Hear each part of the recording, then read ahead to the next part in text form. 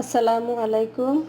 আমি নাজমা আক্তার, সহকারী শিক্ষিকা, গণিত, ব্লুসি চাইল্ড স্কুল। প্রিয় শিক্ষার্থীরা, তোমরা কেমন আছো? নিশ্চয়ই ভালো আছো। আজকে আমি আলোচনা করব ষষ্ঠ শ্রেণীর গণিত অনুশীলনী 1.6 অঙ্কের সমাধান নিয়ে। গত পর্বে 20 পর্যন্ত অঙ্কের সমাধান করেছিলাম, আজকে 22 থেকে করব। 21 নম্বর অঙ্কটা তোমরা নিজেরাই করতে পারবে। 22 নম্বর অঙ্কটা দেখো, একটি বাঁশের 0.15 অংশ কাদায় ও 0.65 অংশ পানিতে আছে। যদি পানির উপরে বাঁশটির দৈর্ঘ্য 4 মিটার হয়, তাহলে সম্পূর্ণ বাঁশটির দৈর্ঘ্য কত?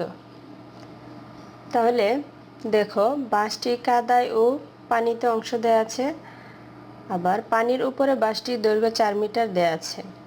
তাহলে সম্পূর্ণ বাঁশটির দৈর্ঘ্য আমাদের বের করতে হবে। তাহলে সমাধানটা দেখো, বাঁশটি কাদায় ও পানিতে আছে, দুইটা যোগ করতে হবে। 0.15 যোগ 0.65 অংশ যোগ করলে হয় 0.8 অংশ। এটা দশমিকে আছে, দশমিক ভগ্নাংশটাকে সাধারণ ভগ্নাংশে নিতে হবে। তাহলে দেখো, উপরে 8 দিতে হবে, দশমিকের জন্য একটা 1, দশমিকের পর একটা ঘর, একটা 0, তাহলে 10/8 অংশ। কাটাকাটি করলে দেখো কত হয়, 2 দিয়ে কাটো, 4 দ্বিগুণে 8, 5 দ্বিগুণে 10, তাহলে উপরে 4, নিচে 5, তাহলে 5/4 অংশ। মনে করি সম্পূর্ণ বাঁশটি 1 অংশ, সুতরাং বাঁশটি পানির উপরে আছে। সম্পূর্ণ অংশ থেকে কাদায় ও পানিতে যে অংশটা আছে এটা বিয়োগ করে দিতে হবে। তাহলে 1 বিয়োগ 5/4 অংশ।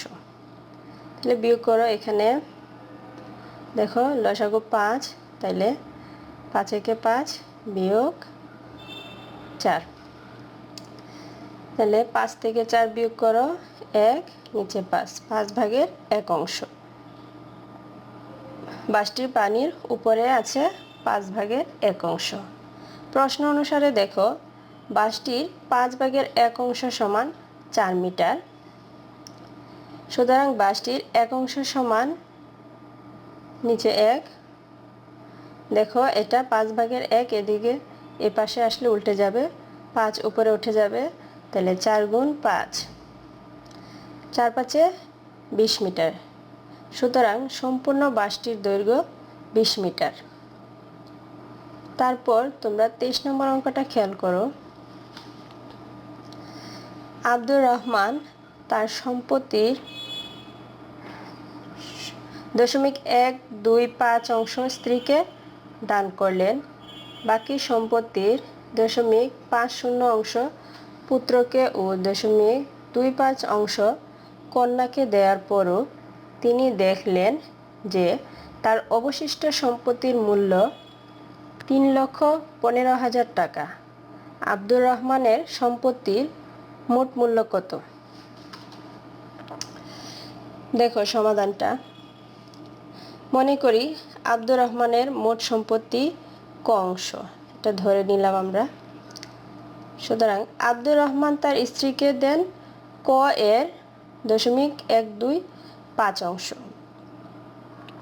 তাইলে দেখো সমান ক এর, এখানে দেখো দশমিক ভগ্নাংশটাকে আমরা সাধারণ ভগ্নাংশে নিলাম।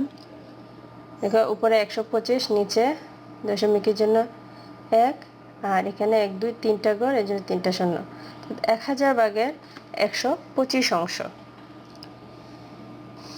তাহলে দেখো কাটাকাটি করলে কত হয়, উপরে ক, নিচে 8 অংশ, তাহলে 8/ক অংশ।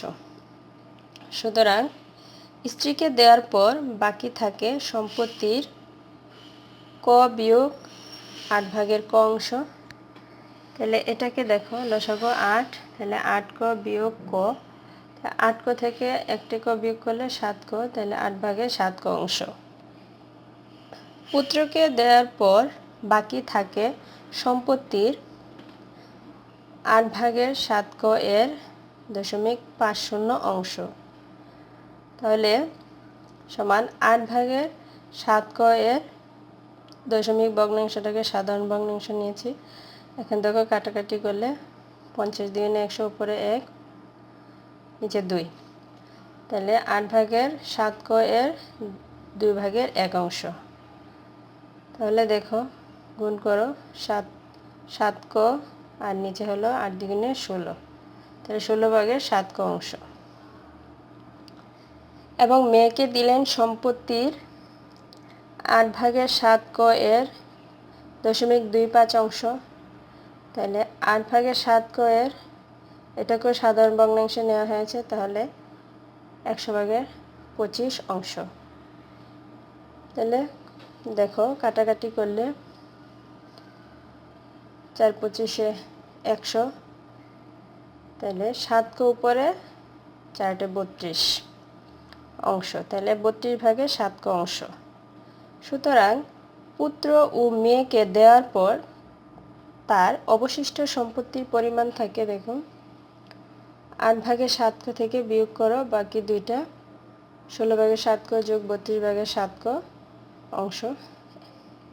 তাহলে এই অংশটা যোগ করলে দেখো নিচে লসাগু 32, তাহলে 32কে 16 দিয়ে ভাগ করো 2, সাথে সাথে 2 গুণ করলে 7 দুগুণে 14 যোগ 32 ভাগ করলে 1, 7 একে 7 অর্থাৎ 7 ক, এখানে 14 ক আর 7 ক। তারপরে দেখো 8 ভাগের 7 ক বিয়োগ নিচে 32 উপরে 7 যোগ 14 ক হলে 21 ক, এটা লসাগু হলো 32। তাহলে উপরে দেখো 28 ক বিয়োগ 21 ক বিয়োগ করলে হয় 7 ক, 32 ভাগের 7 ক। দেয়া আছে তার অবশিষ্ট সম্পত্তির মূল্য 3,15,000 টাকা। প্রশ্ন অনুসারে দেখো 32 ভাগের 7 ক অংশ সম্পত্তির মূল্য 3,15,000 টাকা। সুতরাং ক অংশ সম্পত্তির মূল্য কত হবে? এই অংশটা এই পাশে চলে আসবে, তাহলে উল্টে যাবে, 7 ক নিচে যাবে, 32 উপরে, তাহলে 3,15,000 গুণ 32 গুণ ক। তাহলে ক ক কাটা যায়, তাহলে এই দুইটা গুণ করে 7 দিয়ে ভাগ করলে আমরা পাচ্ছি 14,40,000 টাকা। সুতরাং আব্দুর রহমানের সম্পত্তির মোট মূল্য 14,40,000 টাকা। আশা করি তোমরা বুঝতে পেরেছো। এটা বাসায় বারবার করে অনুশীলন করবে, তাহলেই বুঝতে পারবে। বাড়ি কাজ নাও আজকের 21 থেকে 24 পর্যন্ত সবগুলো অঙ্ক অনুশীলন করবে। আমি 21 নম্বরটা করিনি, 22 থেকে করেছি। তোমরা 21 থেকে 24 পর্যন্ত বাড়ি কাজ করবে। আজকে এই পর্যন্তই। ভালো থেকো সবাই, সুস্থ থেকো। আল্লাহ হাফেজ।